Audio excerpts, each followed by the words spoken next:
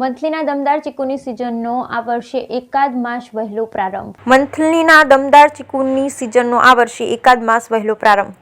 હાલ રોજ 2000 થી 2500 મણની ચીકુની માર્કેટમાં આવક ₹600 થી લઈ 1200 જેટલા ખેડૂતોને મળી રહ્યા છે ભાવ.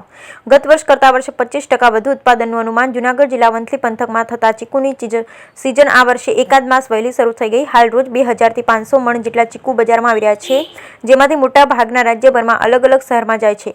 જ્યારે સીતાફળની શરૂ થયેલી સિઝન હવે પૂર્ણ થવાને આરે છે. ફળફળાદી માટે જાણીતા વંથલી પંથકમાં મોટા પ્રમાણમાં ચીકુનું ઉત્પાદન થઈ છે. ગત ચોમાસામાં થયેલા ભારે વરસાદને કારણે ચીકુની સિઝન એકાદ માસ વહેલી શરૂ થઈ ગઈ છે.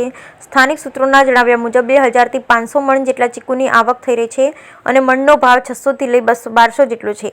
વંથલી પંથકમાં થતા ચીકુ લાંબા સમય સુધી બગડતા નથી. તેમનો સ્વાદ કંઈક અલગ જ છે. આથી વંથલી પંથકના ચીકુ રાજકોટ, મહેસાણા, અમદાવાદ, વડોદરા, સુરત શહેરમાં વધુ માંગ રહે છે.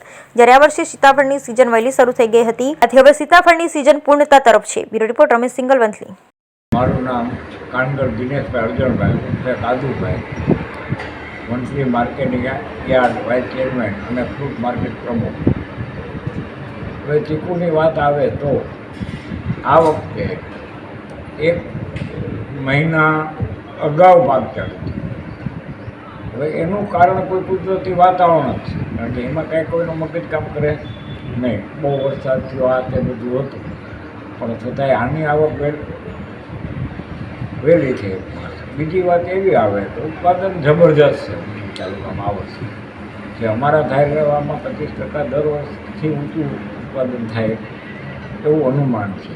અત્યારની બજાર ચીકુમાં અત્યાર સુધી તો છેલ્લા 2-4 દિવસ પહેલાં સુધી તો 1200 થી 1500 રૂપિયા 20 કિલોના હતા, પણ છેલ્લે 5-7 દિવસથી 10 દિવસથી ઠંડીનું વાતાવરણને કારણે 1000 થી 500 થી 1000 સુધીનું અત્યારે બજાર ગણાય.